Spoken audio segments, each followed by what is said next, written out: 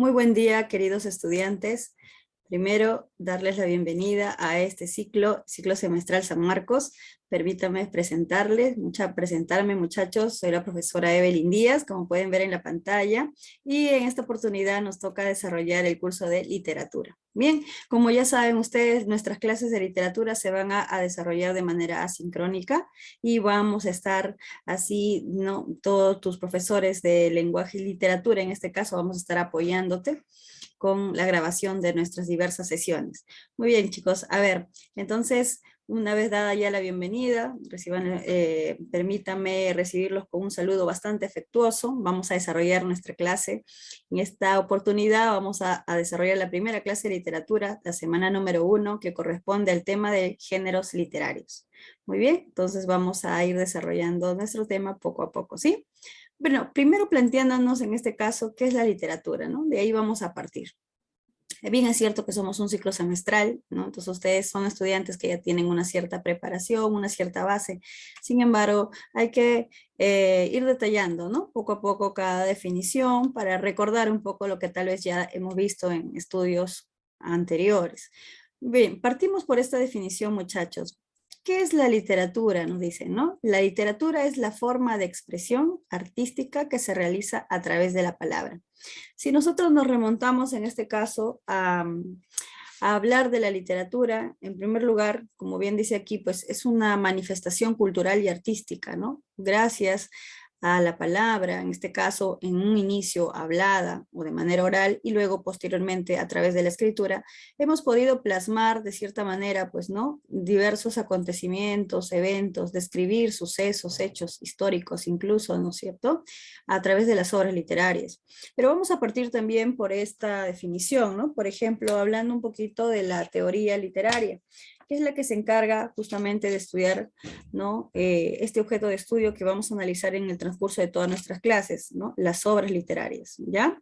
Entonces, si hablamos, por ejemplo, de los estudios literarios, ¿sí? De los estudios literarios, vamos por aquí a escribir unas notitas. Si hablamos de los estudios, muchachos, literarios, vamos a ver que se dividen estos en tres, pues, ¿no? Por ahí seguramente tú también has escuchado. Y hablamos por aquí de la teoría literaria.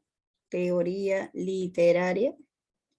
Hablamos de la historia literaria. Y hablamos también, en este caso, de este otro estudio, ¿no? La crítica, ¿no? La crítica literaria. Crítica literaria. Bueno, ¿dónde está o cuál de estos estudios es el que tiene como objeto estudiar las particularidades, ¿no? Las características de la obra literaria? En este caso nos vamos a referir a la teoría literaria, ¿ya? Su unidad de estudio, su objeto de estudio es la obra literaria, ¿ya? De la teoría literaria.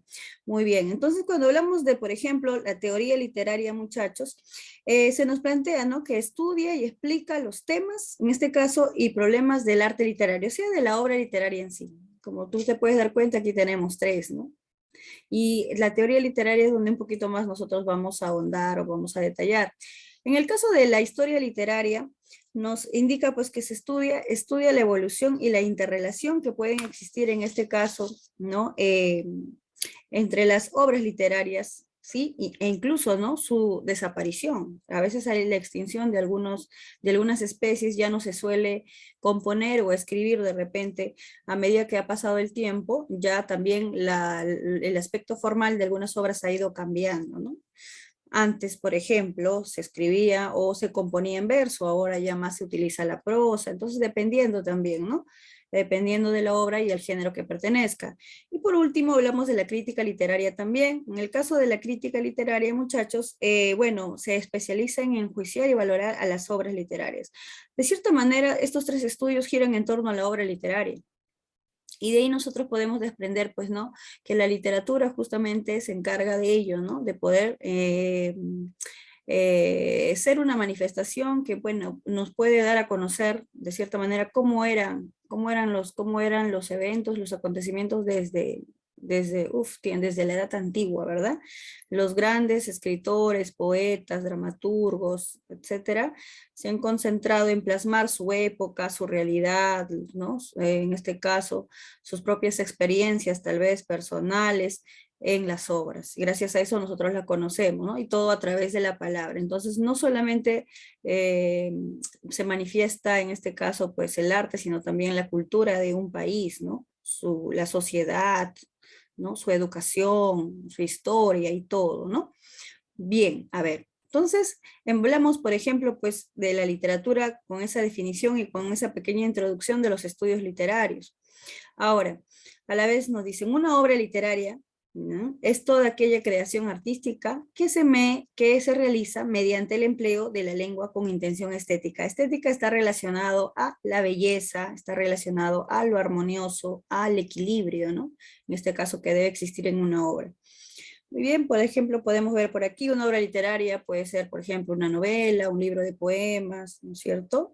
Puede ser una puesta en escena, es decir, una obra dramática, el teatro, ¿no? Entonces hay diversas obras, diversas estructuras. Desde tiempos antiguos, desde la edad antigua, muchachos, existen diversos, ¿no? Estudiosos, o vamos a decir, filósofos, incluso poetas, que han dedicado su vida a brindarnos algunos conceptos que han sido la base para el estudio de la literatura, en este caso del arte literario, ¿ya? Por ejemplo, si tenemos que mencionar a uno importante, muchachos, importantísimo, es a este filósofo, mira, de nombre Aristóteles, ¿no? Por ejemplo, Aristóteles. Vamos a colocar por acá, Aristóteles. Por aquí, ¿ya? Por ejemplo, Aristóteles es uno que seguramente tú de ciclo semestral ya tienes una noción, ¿no? Aristóteles, una obra muy importante, su obra poética, para nosotros tiene una gran relevancia, ¿no? ¿Sí? Su obra poética tiene una gran relevancia en este caso. ¿En qué sentido? Esta obra, por ejemplo, que pertenece a Aristóteles, este filósofo griego, es un libro parecido a un manual, a una guía, pues que se encarga de cierta manera de enseñar y de mostrar el arte literario, ¿no? Las pautas para poder, o los pasos a seguir para poder escribir un buen texto, ¿no? Puede ser una obra que pertenezca a algún género determinado. Entonces, te ayuda a conocer un poco las características de estas obras y te da ciertas pautas. Muy bien, entonces, por ejemplo, si hablamos de qué año data, nos dice que más o menos data del siglo IV, en este caso, antes de Cristo. Y en este libro pues estaba dividido en dos partes, ¿ya? De los cuales nos mencionan, ¿no? Los datos, ¿sí? Que de estas dos partes, muchachos, la primera parte nos va a hablar, en este caso, de dos especies. Por ejemplo, te habla de la tragedia y la epopeya, y en la segunda parte se hablaba de la comedia y la poesía. Sin embargo, los estudios demuestran pues que la segunda parte se perdió, ¿ya? Entonces no se puede ahondar un poco en estos géneros, en estas especies de la comedia y la poesía, o sea, el género lírico y por ahí el género dramático. Pero sí en la primera parte, ¿no es cierto?, se concentra en estudiar sobre, en este caso, la epopeya, bueno, y la tragedia. La tragedia también pertenece al género dramático, ¿no? Bien, pero por lo menos la tragedia vamos a tener algunos conocimientos entonces del género dramático y también del género épico, ya que vamos a hablar de la epopeya, ¿ya? Entonces, esta primera parte sí se encontró, gracias a esa primera parte de la obra poética de Aristóteles, tenemos algunas pautas o guías para poder conocer las obras que pertenecen tanto al género épico como al género dramático, gracias a esos escritos que nos ha dejado Aristóteles. Pero también hay otro gran representante, ¿no? En este caso el poeta Horacio, ¿sí? Que tiene una obra guía, podemos mencionarla de cierta manera que también, ¿no? También puede, incluye ciertos consejos a ciertos poetas principiantes o incipientes que se estaban recién involucrando con este arte de componer, tal vez, ¿no? Dedicarse al arte. Entonces, Horacio, en esta obra llamada Arte Poética, o también le llama Epístola a los Pisones, nos deja un poco esas pautas, ¿ya? Llamada en la obra Arte Poética, así se llama. Muy bien, entonces, más que nada, en esta obra él también se encarga de ensalzar o alabar a los grandes poetas del clasicismo, en este caso griego, ¿no? Muy bien. Y además, pues, los alaba, ¿no? En este caso, los menciona como maestros, ¿no? Y estos maestros van a dejar pautas para los noveles, por decir, ¿no? Los que recién inician en esta actividad. Ya, muchachos, tanto Aristóteles como Horacio son dos personajes muy importantes que han mostrado de cierta manera o han dejado los sostenes o los pilares de la literatura, ¿no? ¿No? Para poder estudiar y entender a las obras literarias. Muy bien, bueno, ¿cuáles son los objetivos de nuestra sesión? Eso es todo lo que hemos mencionado, era manera de introducción nada más, muchachos. Bueno, los objetivos de esta clase es conocer las características de los géneros literarios dentro de su contexto histórico. Diferenciar los géneros literarios a partir de sus rasgos formales y temáticos. Y por último, resolver preguntas tipo admisión ya sería en la práctica dirigida. Ya, ese es en un segundo video que vamos a también a proporcionarte para que tú puedas resolver ciertos ejercicios tipo admisión, ¿no? Preguntas tipo DECO. Bien, por acá podemos ver algunas portadas de los libros, por ejemplo, Don Quijote de la Mancha, ¿no? Libro, pues, una de los principales, vamos a decir, modelos de la literatura en castellano, ¿no? De las letras castellanas, perteneciente a Miguel de Cervantes, 20 poemas de amor y una canción desesperada, por ejemplo, del poeta chileno Pablo Neruda. Por acá tenemos Bodas de Sangre, ¿no? Muy bien, por ejemplo, ¿no? Del español, ¿no? García Lorca, ¿no? Federico García Lorca. Bien, esas son algunas de las obras que en el transcurso también de nuestras clases o sesiones vamos a ir estudiando, analizando, ¿no? Estas obras. Bueno, vamos a empezar, muchachos, con lo siguiente, ¿no? Dentro de la teoría literaria, pues vamos a ver que existen ciertos criterios, ¿no? O ciertas categorías que se van a encargar, pues, de clasificar a las obras literarias de acuerdo a su forma y a su contenido. Ahí es que estamos hablando de los géneros literarios.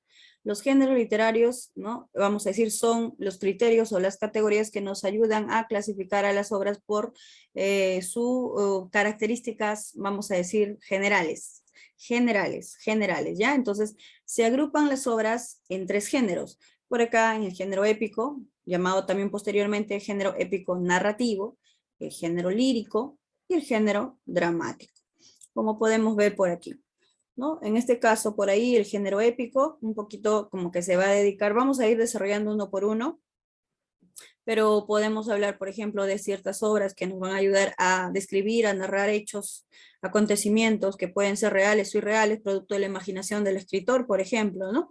Sí, vamos a ver diversas obras. Cuando hablamos, por ejemplo, del género dramático, vamos a ver esto constantemente, ¿no? Puestas en escena, escenificación, en este caso, a través de personajes y conocer la historia a través de diálogos, ¿no? Por ejemplo, el teatro pertenece al género dramático. Y cuando hablamos ya del género lírico, ¿no? Lo que vamos a ver es lo siguiente, ¿no? Cómo un yo lírico, un poeta va a expresar sus sentimientos, sus emociones a través de la palabra, ¿no? En este caso utilizando por ahí de repente algunos recursos como la rima, la musicalidad, ¿no? Al inicio de una manera oral y posteriormente de una manera escrita, los versos, ¿no? La poesía, ¿no? Un género lírico, ¿no es cierto? Y mayormente hay subjetividad en este género. Bueno, vamos a ir profundizando un poquito más cada uno de los géneros. Hablemos, muchachos, primero del género épico narrativo. Ahí puedes ver las imágenes, de repente reconoces estas imágenes, a qué obras literarias nos estamos refiriendo. ¿Puedes reconocer esta primera imagen? ¿De qué obra crees que vamos a hablar o a qué obra vamos a mencionar, ¿no? No sé si por ahí puedes reconocer. Mira, y a qué época pertenece también, ¿no? ¿A qué edad pertenece esta obra? Por acá, mira, tienes un personaje montado en un caballo, parece, ¿no? Como un soldado, un infanzón, tiene un escudo, tiene una espada, tiene un yelmo, tiene un jinete, ¿no? Y por acá ves a un hombre con un hacha en la mano, ¿no? Y bueno, a punto de dañar o asesinar a esta señora, ¿no? Al parecer una anciana, ¿no es cierto? Así como podemos ver en la imagen. Bueno, ya sé que tú sabes de qué obras son estas imágenes, ¿no? Vamos a ver ahora. El género épico narrativo, muchachos, nos dice originalmente en la Edad Antigua, ya, se componía en verso. Como sabemos, en la Edad Antigua todavía no había lo que era la escritura, ¿no? Entonces las composiciones, las obras de arte, estas historias grandiosas que nos han dejado grandes aedos o poetas de la antigüedad, como Homero, por ejemplo, ¿no? Se daban de manera oral, se transmitían de manera oral, ¿no? Así, oral, ¿no? Muy bien, alguien se encargaba de narrar ciertos hechos, acontecimientos. Entonces, eso es lo que nos dice por aquí, ¿no? Originalmente se componía en verso, ¿no? Entonces nosotros, profe, ¿cómo es en verso, no? Sabemos que un verso es un enunciado, pero el cual tiene ciertas características. Por ahí puede tener, por ejemplo, un ritmo, una métrica definida, ¿no? Por ahí una rima establecida, ¿sí? Y eso va a hacer que, de cierta manera, esos versos tengan musicalidad, ¿no? Se sirva todos estos recursos para poder producir esa musicalidad, ¿no? Un eufemismo, es decir, un sonido agradable a mis oídos, que me deleite, pues, al escuchar, como si fuera una canción, ¿no? Muy bien, entonces originalmente se componía así, muchachos, en verso originalmente, ¿ya? Y se empleaba tanto en la narración como en la descripción, como dice por aquí, de ciertos acontecimientos, ¿no? Narración, descripción.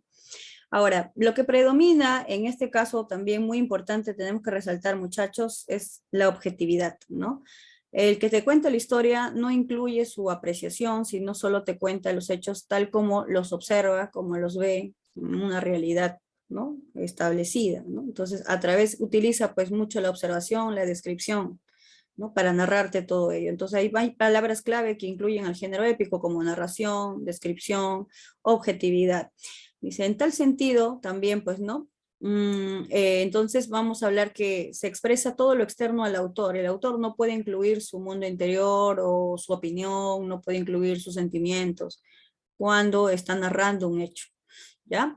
Al evolucionar ya más adelante, ¿no? Se dio paso al género narrativo. O sea, el género épico pasó a ser género narrativo. En el género épico, recuerda, ¿no? Más que nada está relacionado con la composición en verso. Pero por aquí el género narrativo ya me dice que se relacionó más con la composición en prosa. ¿Ya? En prosa, ¿no? Prosa, ya hablamos del narrativo. Profe, ¿y prosa qué es? Bueno, si hablamos de la prosa, muchachos, es la forma del lenguaje, en este caso escrito, que no tiene una métrica, no tiene rima, ¿no es cierto? Las ideas se van a plasmar de modo consecutivo, de una manera cohesionada y coherente. Pero no vamos a ver esa estructura que vemos en un poema, por ejemplo, ¿ya? Muy bien, sin embargo, también, ¿no? Sin embargo, también va a ser esto, ¿no? Narrarnos, describirnos hechos, acontecimientos. Solo se ha cambiado la forma, ¿no? De verso a prosa, de verso a prosa. Bien, de eso trata el género épico narrativo. Entonces vamos a ver ahora ya, agrupando las características particulares del género épico narrativo, que se van a dividir en diversas especies las obras de género épico narrativo. Vamos a hablar, por ejemplo, de estas especies narrativas como la epopeya, el cantar de gesta, la novela, el cuento. ¿Ya? Mira, son las principales. Cuando nos hablan de una epopeya, por ejemplo, muchachos, nos dice que es una narración en verso, entonces quiere decir que esto se ha dado en la edad antigua, ¿no? Sobre héroes legendarios, ¿no? O dioses, incluso semidioses, ¿no? Muy típico, por ejemplo, un ejemplo típico de una epopeya heroica es la Odisea, que le pertenece, como tú sabes, a el Aedo Homero, ¿no? Entonces, la Odisea. También a Homero le pertenece la Ilíada, ¿no? Y estos dos hechos, estos dos acontecimientos, muchachos, nos hablan sobre ciertos personajes, ¿no? Por ejemplo, en la Ilíada nos habla sobre Aquiles, ¿no? Y nos cuenta, pues, ¿no? La historia mucho sobre la cólera o la ira de Aquiles, ¿no? Y se está contextualizada en la guerra de Troya. Y la Odisea ya nos habla de la historia de quién, de Odiseo o Ulises, ¿no es cierto? Y de todas las dificultades o peripecias que tuvo que pasar este personaje, todo lo que vivió, eso es lo que nos describe Homero en esta historia, ¿no? Todo lo que tuvo que pasar para que desde que sale de la guerra de Troya, cuando esta culmina, pueda él retornar a su casa, a su hogar, a Ítaca, junto a su hijo Telémaco, ¿no? Y a su esposa Penélope, ¿cierto? Muy bien, entonces siempre como que la historia gira en torno a alguien, ¿no? Nos cuentan sus hazañas, ¿no? Por ahí, ¿no? Las acciones, nos describen los hechos, pero claro, de manera objetiva, sin incluir la opinión del autor del escritor en este caso, o del que componía o relataba los hechos, ¿ya? Muy bien. Entonces, esta imagen corresponde justamente, muchachos, pues a esta obra, ¿no? La Odisea, ahí está, ¿no? Por ahí vemos a Ulises y acompañado por ahí de algunos personajes, sus hombres, ¿no? Sus soldados. Sale con muchos cuando termina la guerra de Troya, rumbo a casa, pero al final solo llega él. En el camino va perdiendo, ¿no? A sus hombres, poco, uno a uno, ¿no? Uno a uno. Ujú. Bueno, avanzamos un poquito ya de la edad antigua, y pasamos a lo que es la Edad Media, muchachos. Y en la Edad Media surge otra especie llamada el cantar de gesta. Los cantares, ¿no? Por ejemplo, el cantar de gesta, muchachos, se da lo que es el cantar del Mio Cid, como aquí podemos ver, ¿sí? Es un cantar de gesta. Este es de origen español, pero también en otros lugares de Europa, correcto, hay otros cantares de gesta que van a surgir, por ejemplo en Francia el cantar de Roldán, por ejemplo en Alemania el cantar de los Nibelungos, y así vamos a tener, pero ¿qué es un cantar de gesta, profe? También es vamos a decir, es una narración que está compuesta en verso, mira, verso por aquí, epopeya, cantar de gesta también verso, que nos habla sobre un héroe nacional. Ya no nos va a hablar sobre un héroe fantástico, con poderes sobrenaturales, o como un dios o un semidios, sino por ahí ya nos va a hablar de un personaje, mira, ¿no? Un héroe, en este caso, que tal vez no va a tener esos poderes, pero también se ensalza o se resalta sus cualidades. Por ejemplo, en el Cantar del Mío Cid se habla de Ruy Díaz de Vivar, en este caso, un infanzón, que obtiene cierto mérito propio gracias a sus triunfos, a sus conquistas, y todo para qué, que pelea en nombre del rey, ¿no? En nombre del rey Alfonso VI, ¿no?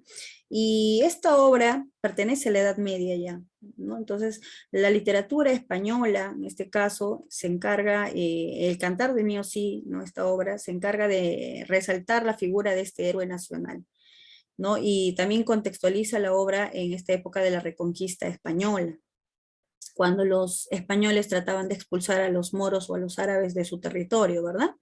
Muy bien, entonces tiene un corte histórico también esta obra, y te habla sobre este héroe y principalmente, ¿no? Te narra hechos, todo sobre él y sobre el acontecimiento, cómo está contextualizada, ¿no? Los hechos que suceden en este contexto, en la Edad Media, ¿ya? Luego vamos a ver, por ahí te voy a presentar algunos libritos que por acá tengo para mostrarte y leerte tal vez algunos de los fragmentos, ¿no? Para que te sirva a ti ver cómo estaba compuesta en estas obras, aunque sea un párrafo, aunque sea un fragmento, ¿no? Muy bien. Bueno, ahora vemos otra especie literaria que es, por ejemplo, la novela. Pasa un poquito ya el tiempo, pasamos de la Edad Media a la Edad Moderna, muchachos, de la Edad Media o el medievalismo, ¿no? En este caso era la Edad Antigua aquí. Ahora ya pasamos a la Edad Moderna, ¿ya? En la Edad Moderna, mira, surge la novela y es una narración, pero ya no está en verso, miren. Ahora se escribe en prosa, ¿ya? En prosa. Y hay novelas que pueden ser de mediana o larga extensión, ¿no? Novelas que son bastante amplias, con muchas páginas, 500, 700 páginas, 900 páginas, hasta 2 tomos. Y novelas también medianas o cortas también podría haber, ¿ya? Podría haber. La extensión va a variar. Una de esas novelas, por ejemplo, es Crimen y Castigo ¿no? del escritor ruso Fedor Dostoyevsky, ¿no? Crimen y Castigo. Y esta imagen pues corresponde, ¿no? a esa obra, ¿no? Ahí tenemos al personaje principal, a Rodion o Raskolnikov, como lo conocemos, como está a punto de asesinar a la vieja usurera Aliona Ivanova, ¿no? Bueno, y también esta obra se encarga pues, de narrarnos todos los hechos sobre el asesinato de esta usurera y cuáles son los motivos o las causas que originan u orillan a este personaje a cometer ese asesinato, ¿no? Y la trama en una novela es bastante compleja, hay muchos personajes, ¿no? Variedad de personajes, pueden haber variedad de escenarios también donde se desarrollan los hechos, ¿no? Entonces por eso hablamos de una trama compleja, tiene un inicio, un nudo, un desenlace. Pero también dentro del género narrativo, épico narrativo, están los cuentos. Y los cuentos, mira, se parecen a las novelas, solamente que estas de aquí tienen una corta extensión. Ya no mediano larga, sino corta, corta. ¿ya? Hay menos cantidad de personajes, la trama es mucho más sencilla, también no son pues muchas páginas la que comprende un cuento, ¿sí? Entonces, mira, esa es la diferencia, la brevedad más que nada, ¿no? Narración en prosa de corta extensión y breve. Un ejemplo que tenemos es Ángel de Ocongate, ¿no? Un cuento que le pertenece a eh, Edgardo Rivera Martínez, ¿sí? Es un cuento de 4 o 5 páginas nada más, o carillas, que tú podrías buscar incluso, ¿no? En internet y vas a encontrarlo, ¿no? Y vas a leer sobre este cuentito. Es un escritor, en este caso, jaujino, ¿no? De Junín Jauja, ¿sí? Que escribe Ángel de Ocongate, ¿no? Es un cuento de tipo existencialista incluso y también neoindigenista. ¿Ya? Muy bien. Bueno, hemos hablado un poquito de estas especies literarias tan interesantes, pero ahora permíteme en este caso un poquito compartir contigo tal vez algunos materiales adicionales que quiero compartir, ¿no? Por ejemplo, muchachos, te voy a mostrar eh, algunos fragmentos que por acá tenemos para poder compartir contigo, ¿ya? Entonces, a ver, un ratito, permíteme compartir ello. Por ejemplo, por aquí, que tenemos, mira, estoy compartiendo la pantalla de mi laptop, ahí está, sí, seguramente se puede ver, ¿no? Y he podido obtener acá un archivo, un PDF, ¿no? Donde está el cantar de gesta, el cantar del mío sí. Entonces yo quiero que veas más que nada aquí la forma, ¿no? Se dice que el cantar del mío sí es un cantar de gesta, ¿no? Entonces dice que está compuesto en verso, muchachos. Bien, entonces mira, tú podrás notar por aquí, ¿m? Podrás notar por aquí ello, ¿no? ¿Sí? Vamos a darle lectura a unos versos. Quiero que veas en este caso, pues la forma, dice. El cronista te habla, es decir, por ahí va a haber como, el cronista es la persona que ha escrito, ¿no? Que ha, de cierta manera, está relatando los hechos, ha juntado los datos y bueno, los ha plasmado en esta obra literaria, ¿no?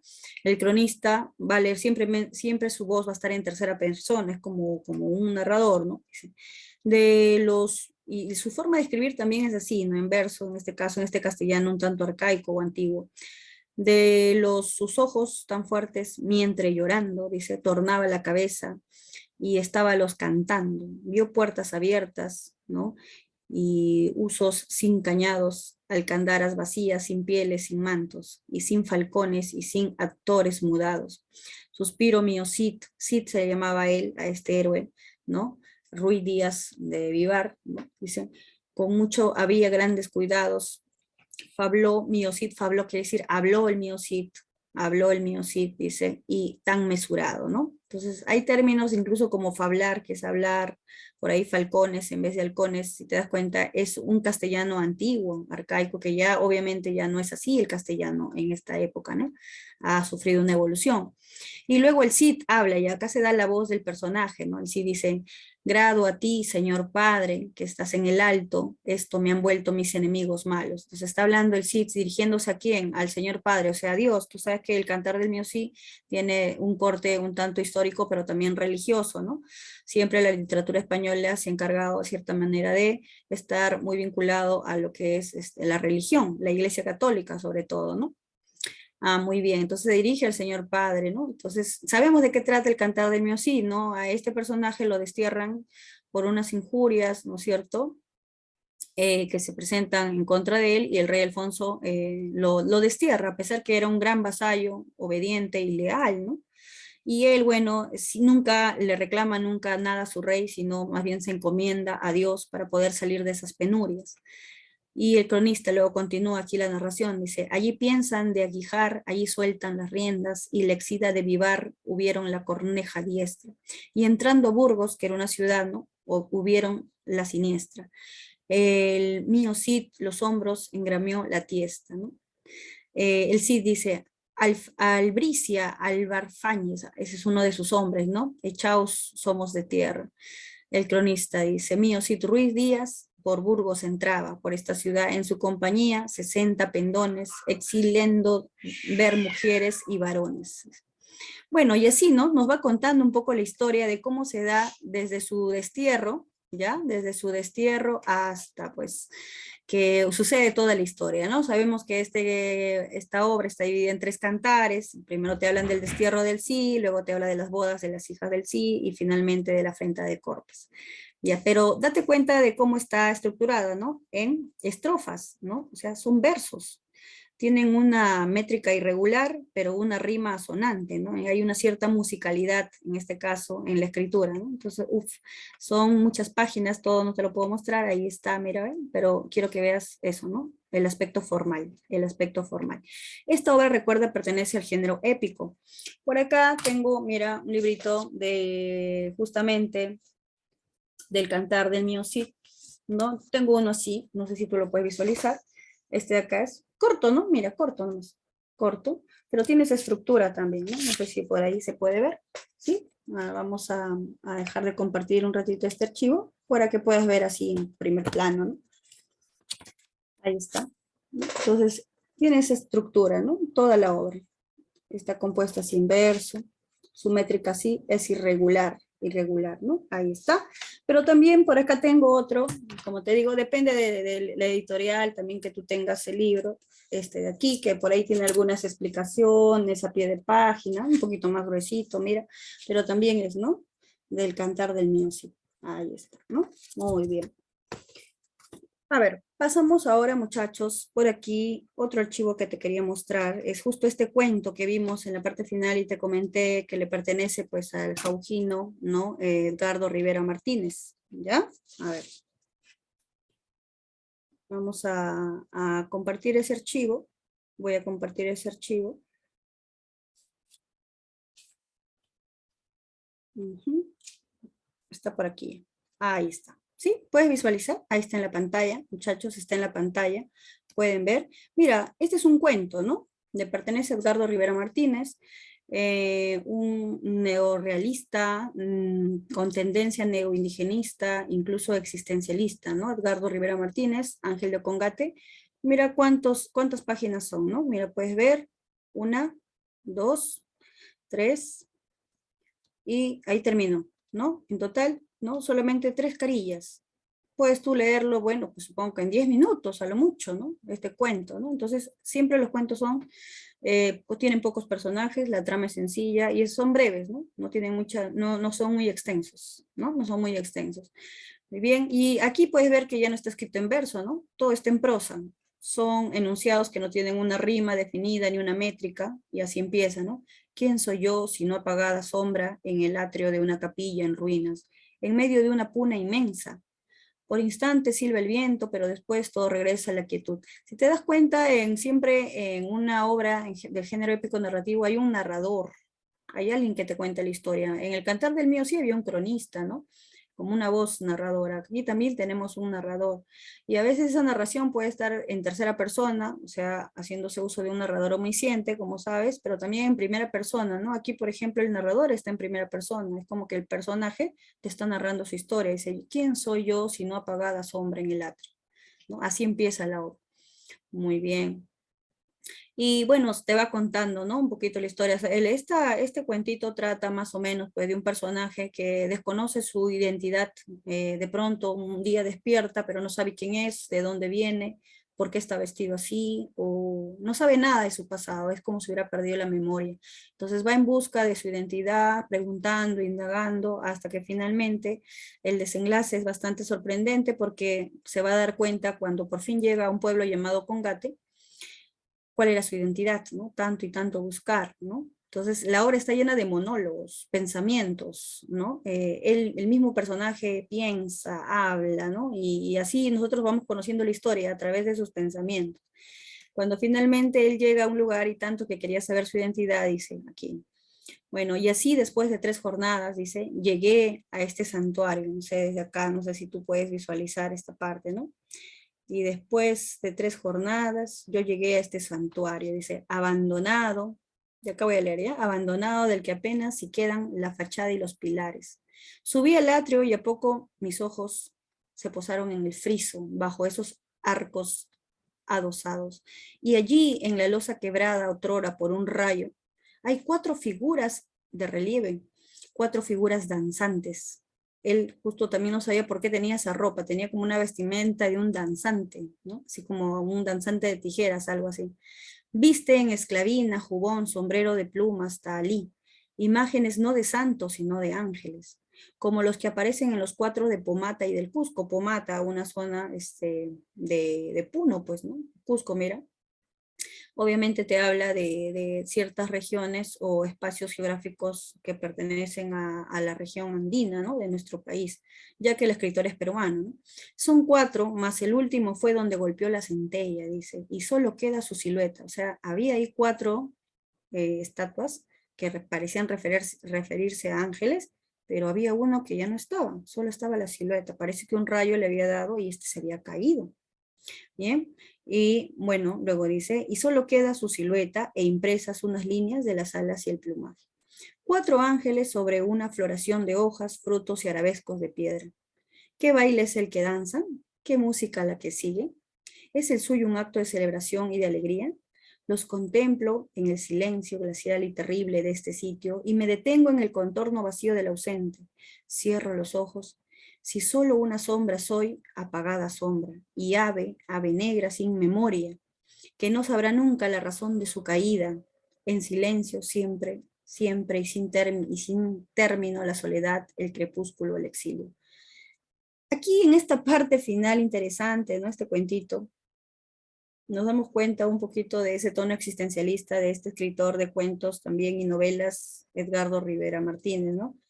Un poquito como que, vamos a decir, él da a conocer esta reflexión, esta angustia que a través de este personaje, que es el ángel de Congate, es como si una persona ha caído, ¿no? De su don celestial, ¿no? Y él se representa como un ángel que ha caído. ¿Qué pecado habrá cometido para que, bueno, haya sido, que ahora esté en la tierra mundana, llena de pecados, y ya perder esa condición divina, ¿no? Poco la referencia como al hombre, que puede cometer errores, ¿no es cierto? Y a veces se puede degradar. Entonces, es como un conflicto moral, de cierta manera, en esta historia. Por eso tiene un cierto tono existencialista, ¿no? ¿Qué hacer para que recupere ese estado celestial como un ángel y no sea simplemente un hombre más en la tierra, vagando por ahí buscando su identidad perdida? Bueno, pues no, tendríamos que ver el origen de su pecado. Muy bien, bueno, quería mostrarte en este, ya bueno, te has dado cuenta de la historia, cómo es, ¿no? Los elementos que conforman una especie del género épico narrativo y más que nada la prosa, ¿no? Cómo es la prosa, ya no tiene métrica ni nada, ¿no? Este es un cuento, está escrito en prosa ya está escrito en prosa. Muy bien, bueno, sigamos muchachos. Voy a seguir compartiendo en este caso la diapositiva. ¿Sí? Donde nos hemos quedado, hemos hablado un poco del género épico narrativo, pero déjame mostrarte también algunas otras obras que pertenecen a este género, ¿no? Por ejemplo, aquí tengo, para que puedas solamente ver, ¿no? Ahí está este libro, por ejemplo, que pertenece a Julio Ramón Ribeiro, son sus cuentos, ¿no? Una recopilación de cuentos. Y como son cuentos, son breves, ¿no? Entonces, mira, en este librito hay varios cuentos, entre ellos Gallinazos sin plumas, ¿no? Los Gallinazos sin plumas, uno de sus cuentos más conocidos por nosotros, ¿no? Muy bien. Tenemos, mira, pero también hay novelas bien extensas, ¿no? Con muchas páginas. Por ejemplo, aquí tenemos algunas, como son, mira, Los ríos profundos, de José María Arguedas. Mira la cantidad de páginas, escrito en prosa, ahí puedes ver. Muy bien. Tenemos, mira por acá, La ciudad y los perros, de Mario Vargas Llosa, también extensa, mira la cantidad de páginas, ¿no? Mira esta de aquí, Crimen y castigo, ¿no? De Fedor Dostoyevsky, una novela realista y obviamente con cantidad de descripciones, detalles, ¿no? Entonces eso hace que también la obra se haga extensa, ¿no? Entonces mira, bueno, también, pero se puede leer, ¿no? Claro, tienes que dedicarle tiempo. Y esta ahorita también, uno de los modelos, ¿no? De las letras castellanas, ¿no? Ingenioso Hidalgo, Don Quijote de la Mancha, ¿no es cierto? De Miguel de Cervantes Saavedra. Mira el grosor de la obra, ¿no? Uf, o sea, es bastante voluminosa, ¿no? Entonces hay novelas también bastante extensas, y esta novela tiene, cantidad de personajes, escenarios geográficos, novelas dentro de otras novelas. Dentro de la novela hay ciertas novelas que se han incluido, historias de novelas pastoriles, por ejemplo, ¿no? Entonces es ya la trama mucho más compleja, ¿no? Se tiene que analizar más que un cuento que es breve nada más. Bueno, son algunas de las obras que quería compartir contigo también para que veas, ¿no?, cómo es su estructura. Ahora vamos a pasar, muchachos, al otro género. Pasemos al género lírico. Muchachos, lírico viene de la palabra lira, ¿ya? De la palabra lira, realmente. Y si hablamos de la palabra lira, antes esta lira es un instrumento musical de cuerdas que acompañaba pues a los poetas, ¿no? En este caso, a poder expresar sus emociones a través de composiciones, versos en este caso, ¿no? Género lírico. Y siempre va a ayudarnos a expresar lo íntimo del poeta, ¿no? Lo más íntimo, su subjetividad. ¿De qué trata el género lírico, muchachos? Nos dice, en este género predomina la subjetividad del yo lírico, o sea, del poeta, ¿ya? Y se hace empleo principalmente del verso, pues, del verso. Entonces, se suelen manifestar las emociones, los sentimientos, ¿no?, del poeta, su mundo interior, su mundo interior. Entonces, si el género épico narrativo es objetivo, el género lírico no es objetivo, es subjetivo, ¿ya? El contenido se desprende del poeta, de su interior, ¿sí?, ¿no?, del yo lírico en este caso, ¿no? Aquí no existe narrador, en el género lírico no existe narrador de una historia, sino yo lírico. La voz que te está contando está expresando sus sentimientos. Puede ser angustia, amor, felicidad, podría ser de repente resignación, impotencia, frustración, ¿no?, etcétera. Bueno, vamos a ver que también tenemos algunas especies principales. Por ejemplo, una oda, una égloga, una elegía, ¿no? Una oda, muchachos, es así como un poema de alabanza, ¿no? Está compuesto en verso y exalta un ser o un hecho. Se trata de alabar algo, ¿no? Entonces tenemos por acá, por ejemplo, esta oda que se llama La vida retirada de Fray Luis de León, ¿ya? Entonces él escribió una oda a la vida retirada. ¿De qué trata más o menos? Voy a compartir luego un material contigo para poder analizar un poquito, ¿no? Y veas también cómo está escrito en verso, ¿no?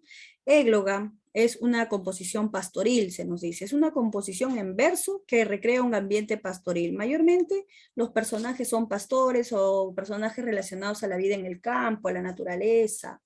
Y la temática mayormente de estos poemas pastoriles es temática amorosa.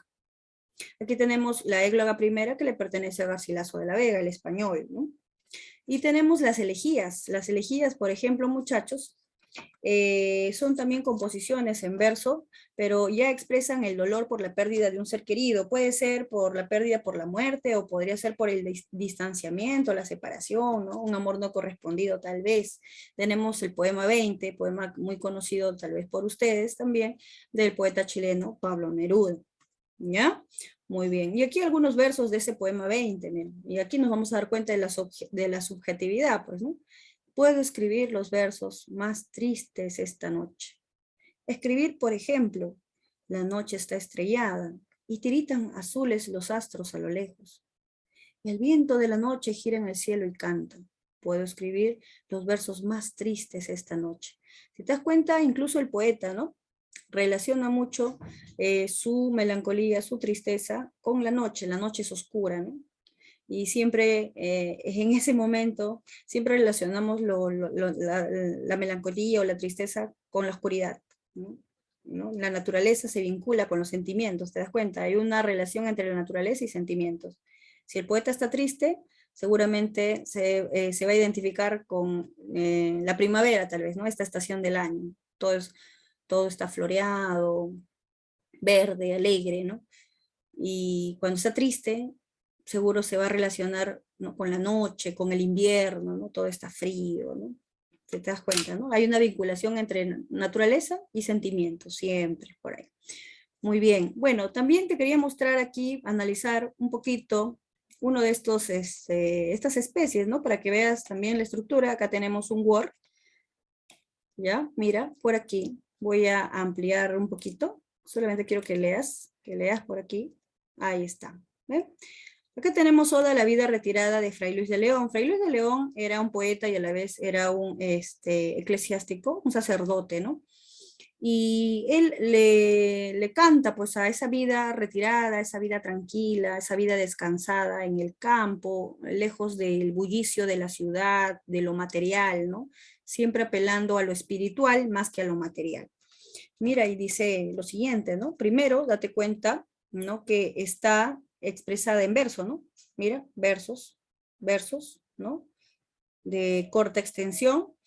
Qué descansada vida, la del que huye del mundanal ruido, y sigue la escondida senda por donde han ido los pocos sabios que en el mundo han sido. Aquí él está alabando a esa gente que es capaz de desprenderse de la vida rutinaria, vamos a decir así, y cansada, un poco tediosa de la ciudad, ¿no? Y que puede refugiarse tal vez en el campo, donde por ahí puede ser que puedas tener una vida mucho más sosegada, tranquila, ¿no? Apacible, apacible. También, a ver, sigamos con una estrofa más. Dice, que no le enturbie el pecho de los soberbios grandes el estado, ni del dorado techo se admira fabricado del sabio moro en jaspe sustentado. O sea, qué bueno aquel que no se deja perturbar por lo material, por los lujos, por la suntuosidad, ¿no? Qué bueno aquel que se desprende de lo material. Entonces, él está alabando ese tipo de vida, la vida apacible, tranquila, ¿no? La vida espiritual, más que nada, la vida espiritual. Muy bien, bueno, por acá una égloga, quiero compartir contigo algunas líneas de la égloga primera de Garcilaso de la Vega, y se la dedica en estas primeras líneas al virrey de Nápoles, y los personajes son dos pastorcitos que se llaman Salicio y Nemoroso, ¿no? Tú has escuchado ya sobre este poema pastoril, dice, el dulce lamentar de dos pastores, Salicio juntamente y Nemoroso, he de cantar sus quejas imitando, cuyas ovejas al cantar sabroso estaban muy atentas, los amores de placer olvidadas, escuchando, mira, imitando, escuchando, o sea, siempre el poeta busca esa rima, esa musicalidad en los versos. Tú que ganaste obrando un nombre en todo el mundo y un grado sin segundo, ahora estés atento solo y dado al ínclito gobierno del Estado, albano, ahora vuelto a la otra parte, resplandeciente armado, representado en tierra al fiero en Marte. Bueno, y continúa, ¿no? Todavía esto no es todo el poema, ¿no? Es una parte nada más, pero también aquí podemos ver que en este poema se llama un poema pastoril de temática amorosa, ¿no? Dos pastorcitos que se lamentan sus penas amorosas, tal vez uno por el amor no correspondido, otro por la muerte de su amada, y sus ovejitas a las cuales cuidan y alimentan, bueno, hasta ellas se distraen de comer para escuchar los lamentos de sus amos. De eso más o menos trata el poema, ¿no? Tienes todas esas características. El poema 20, muchachos, poema de Pablo Neruda, ¿no? Este poeta chileno. Es un poema, es una elegía, ¿ya? Claramente se nota que hay un amor frustrado, no correspondido, ¿no? Entonces el poeta plasma ahí toda su desazón, ¿no? Puedo escribir los versos más tristes esta noche. Escribir, por ejemplo, la noche está estrellada y tiritan azules los astros a lo lejos. El viento de la noche gira en el cielo y canta.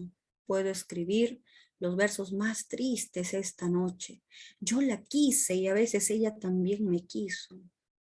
En las noches como esta la tuve entre mis brazos. Entonces el poeta, el yo lírico, recuerda, es nostálgico, ¿no? Yo la tuve tiempo pasado, la besé tantas veces bajo este cielo infinito. Ella me quiso a veces, yo también la quería.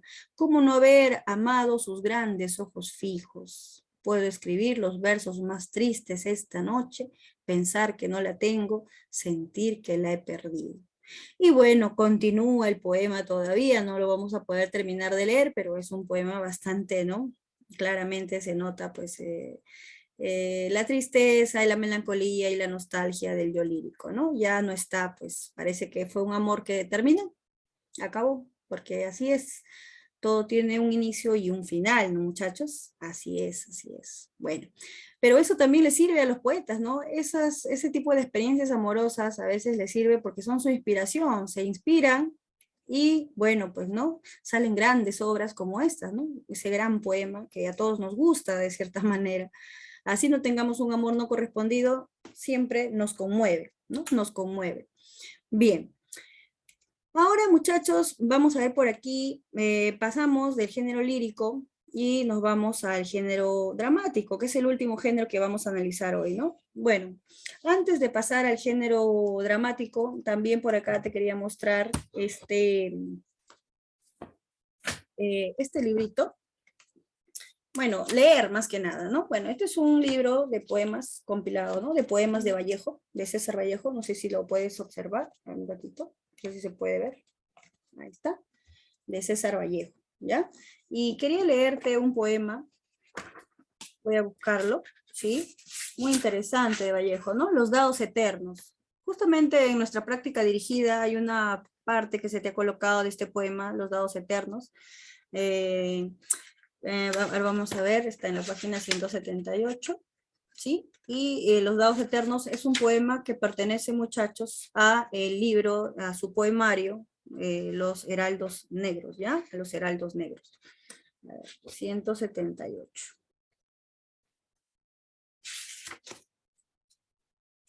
Ya, mira, escucha, ¿ya? Dice, para Manuel González Prada, tiene aquí una dedicatoria, dice, esta emoción, bravía y selecta, una de las que con más entusiasmo me ha aplaudido el gran maestro. Vallejo le da esa dedicatoria al gran, ¿no? Manuel González Prada, un realista peruano, ¿no? Dios mío, estoy llorando el ser que vivo. Me pesa haber tomado de tu pan, pero este pobre barro pensativo no es costra fermentada en tu costado. Tú no tienes Marías que se van. Dios mío, si tú hubieras sido hombre, hoy supieras ser Dios.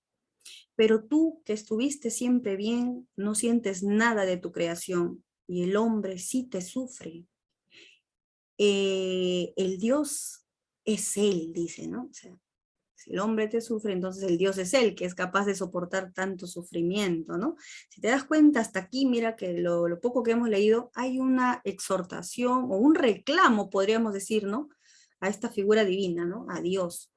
Y siendo el hombre la creación de Dios, se supone que debería ser lo más preciado y lo más querido, y Vallejo, el poeta, o el yo lírico, se pregunta, ¿y por qué sufre tanto?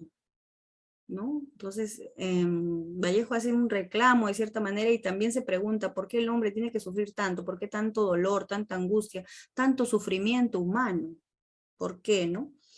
Hoy que en mis ojos brujos hay candelas, como en un condenado, Dios mío, prenderás todas tus velas y jugaremos con el viejo dado.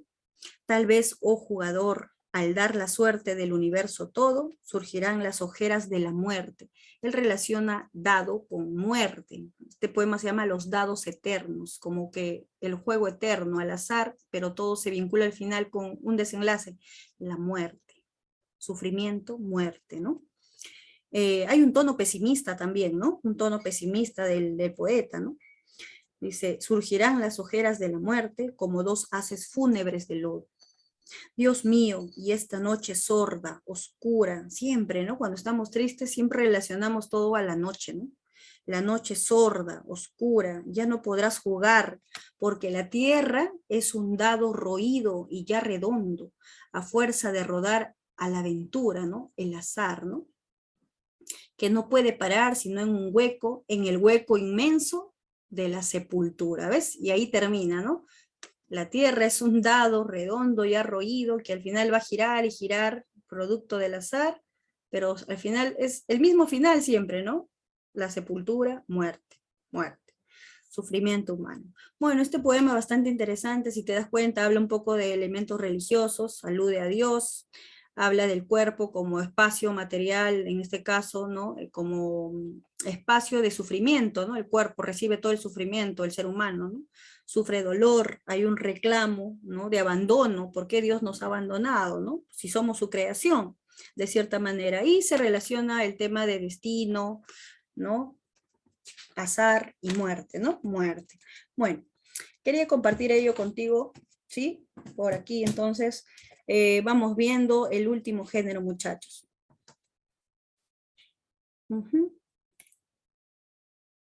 Pasamos al género dramático. El género dramático, como puedes ver por aquí, se caracteriza principalmente porque está hecho para la representación frente a un público, un auditorio, ¿no? Y se emplea el diálogo para ir desarrollando la trama, o sea, la historia. ¿Cómo nosotros nos enteramos de la historia y la trama? Porque vemos o escuchamos la conversación entre los personajes que salen a escena, ¿no? Y así ya vamos comprendiendo la historia, incluso cuando los personajes quieren expresar sus sentimientos, sus pensamientos, aluden a los monólogos, ¿no es cierto? Esa conversación con uno mismo que a veces uno puede tener, y así también conocemos un poquito más el mundo interior del personaje. Bien, eso es el teatro, muchachos. El teatro forma parte del género dramático, pero hay especies también dentro del género dramático. Por ejemplo, vamos a mencionar la tragedia, la comedia y el drama. Si hablamos de la tragedia, muchachos, es una especie literaria donde también, por ejemplo, de la tragedia se nos habla en la obra de Aristóteles, en la Poética, ¿sí? Y bueno, nos dicen que es una pieza dramática con un final funesto, trágico, o sea, siempre hay un desenlace triste, muerte por ahí, no separación, ¿no? Una obra trágica, pues es Edipo Rey, ¿sí? ¿No? Es una tragedia griega, ¿no? Y sabemos más o menos de qué trata, ¿no es cierto?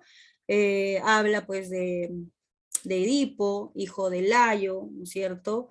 Que sigue al final, por más que él trata de huir de su destino, termina cumpliendo los designios del oráculo, ¿no? ¿Y cuál era ese destino fatal que tenía? Matar a su padre y casarse con la madre y tener hijos, concebir hijos con ella, ¿no? O sea, algo terrible, ¿no? El incesto, por ejemplo. Producto de ese desenlace, al conocer toda esa tragedia y todo lo que ocurrió, bueno, el personaje termina quitándose los ojos, él destierra a sí mismo, la madre se mata, todo es tragedia, todo es desgracia aquí, ¿no? Es desgracia, es una tragedia, tiene final triste, no va a haber un final bonito, feliz en esta historia, ¿ya? Luego vamos a leer un poquito fragmento de esta tragedia también. Luego tenemos las comedias, ¿no? La comedia ya es una pieza dramática, una puesta en escena, pero con un final gracioso, feliz, incluso sus personajes por ahí van a tener esa comicidad para darle más entretenimiento a la historia, ¿no? Por ejemplo, tenemos aquí una comedia de un dramaturgo peruano, de Manuel Asensio Segura, Ñacatita, ¿no? Ñacatita. Ahí vemos los personajes, ¿no? Ñacatita, una mujer, una anciana, que representa pues a esa típica anciana cucufata chismosa de la época colonial, ¿no? De la época colonial que va de casa en casa, ¿no? La vecina chismosa que es la entrometida, por ahí la asusadora o la cizañera, o por ahí la cucufata que dice que va siempre a la misa, se da golpes de pecho, pero al final es egoísta, es convenida, ¿no? Interesada, ¿no? Entonces nada de santa tiene, ¿no? Entonces es ñacatita, así la representan ese personaje. Los diálogos que tiene también son bastante graciosos, ¿no? Y el final que tiene, bueno, una comedia siempre va a tener un final conciliador, ¿no? Un final feliz, vamos a decir, ¿no? Muy bien. Y tenemos por acá el drama, es una especie literaria, muchachos, que combina estas dos especies, tanto la tragedia como la comedia. ¿Ya? Las combina. Entonces es una pieza dramática, nos dice que comienza de manera trágica, pero tiene un final feliz. Ahí tenemos, por ejemplo, La vida es sueño, de Pedro Calderón de la Barca, ¿no? Tenemos Ollantay, por ejemplo, ¿no? De la literatura quechua colonial, ¿no? Ollantay, entonces son dramas, ¿no? Son dramas. Tenemos Fuente Ovejuna también, por ejemplo, de Lope de Vega, entre otros, ¿ya? Entre otras, muy bien.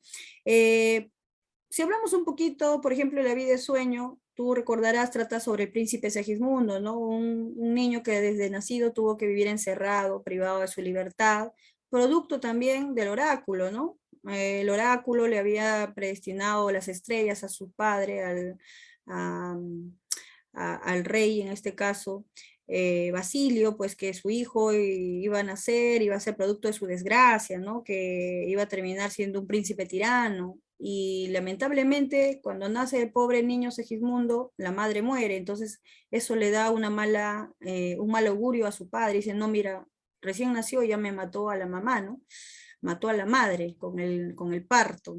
Bueno, eso no es la culpa, no es la culpa del niño, pero tú sabes que en esta época se cree mucho en eso, en el oráculo, ¿no? Se creía en eso del destino. Entonces, a este niño lo privan de su libertad desde pequeñito, ¿no? Para que evite hacer ese daño. Y de eso trata la historia. Pero dice que tiene un final feliz. Lo bueno es que al final, bueno, pues no, va a haber una reconciliación de ese padre que ha encerrado a su hijo con el hijo, ¿no? El hijo va a terminar perdonándolo, va a haber una reconciliación ahí. Pero obviamente suceden una hecha de acontecimientos, sucede una serie de acontecimientos que bueno, pues no, hacen, vamos a decir, no, dan toda una vuelta a la historia, ¿no? Muy bien, y tiene un final feliz, tiene un final feliz. Bien, hasta aquí la parte teórica, pero antes de terminar esta parte, bueno, un poquito también quiero que veas aquí en el material, en el Word, la estructura de una obra en género dramático, ¿no? Por ejemplo, en Edipo Rey lo que vas a ver constantemente es lo siguiente, ¿no? Siempre por ahí vas a ver los diálogos, ¿no? Mayormente entre personajes. En Edipo Rey, por ejemplo, acá tenemos el diálogo entre el personaje del pastor con el mismo Edipo, ¿no? Casi ya en la parte final de la historia, en el desenlace, cuando él está enfrentando la verdad, investigando los hechos, y ocurre que descubre pues que él era el asesino de su propio padre, ¿no? No lo ignoraba hasta ese entonces, ¿no? Entonces ahí vemos los diálogos frecuentes, siempre en una obra de género dramático, ¿no? También por acá tenemos, por ejemplo, La vida es sueño, ¿no? También, ¿no? Ahí están los personajes de la historia, Rosaura, Segismundo, Estrella, Clarín, Basilio, Astolfo, entre otros. También se puede ver por aquí los personajes, ¿no? Cómo hablan. Rosaura, por ejemplo, tiene sus conversaciones con su sirviente Clarín, ¿no? Entonces los diálogos, mira. En una obra de género dramático puedes combinar el verso y la prosa. Entonces algunos diálogos van a estar, si te das cuenta, representados por verso, verso. Pero también algunas partes de la obra pueden estar representados, ¿no? Entre verso y prosa. Una parte donde se describe un poco qué es lo que viene, ¿no? Por ahí pueden darte una introducción, mira, en esta escena trata sobre, te dice, por ejemplo, en Romeo y Julieta, que es una obra, una tragedia de William Shakespeare, hay una parte donde el coro te dice, ¿no? Más o menos te anticipa lo que viene, ¿no? Dos jóvenes, ¿no? Que se van a enamorar, se va a vivir una desgracia, odio entre dos familias, te comenta un poco de eso. Y eso no está en verso, esto está en prosa. Pero cuando empieza el diálogo entre los personajes, ¿no? Ahí sí ya se empieza a escribir en verso. Entonces hay obras que combinan la prosa y el verso. Bodas de sangre también hace eso, ¿no? De Federico García Lorca, combina el verso con la prosa. ¿Ya? Ñacatita, mira, también se divide, por ejemplo, las obras también en actos o en escenas, ¿no? Por ejemplo, Ñacatita está dividida, es una comedia en 4 actos, ahí están los personajes, Doña Catita, don Alejo, doña Rufina, don Manuel, doña Juliana, entre otros. Y te dice, la escena siempre también que te contextualizan el escenario, ¿no? Te dice, la escena ocurre en tal lugar, no en tal tiempo. Dice, la escena es en Lima, en la casa de don Jesús, en la sala decentemente amueblada, con puertas al fondo y laterales. Y empieza la escena primera, ¿no? Entra don Jesús y doña Rufina y empieza el diálogo entre estos dos personajes. ¿Mm? Así, ¿no? Esa es la estructura mayormente de una obra de género dramático, ¿ya? De una obra de género dramático. Bueno, por acá, una de las obras de género dramático que te quiero mostrar, la obra de Hamlet, ahí no sé si puedes visualizar, ¿sí? Hamlet de William Shakespeare, ahí está. También, ¿no? Ahí puedes ver, por ejemplo, ¿no? Cómo está estructurada en verso, dividida por ahí, pues en escenas, también actos. Tenemos por acá, mira, Ñacatita, de Manuel Asensio Segura, y su estructura también, ¿no? Ahí está, los diálogos, ¿no? Los diálogos entre los personajes. Ahí tú puedes visualizar. ¿Ya? Bien, muchachos, bueno.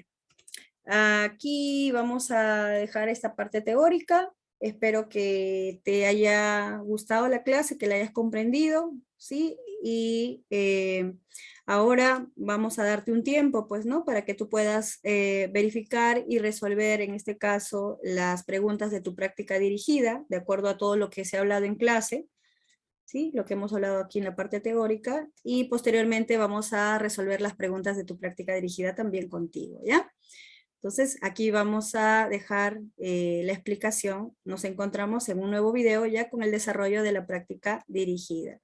Muchas gracias, muchachos. Vamos a dejar ya, vamos a volver en unos momentos, hasta cuando termines de desarrollar tu práctica, ¿ya?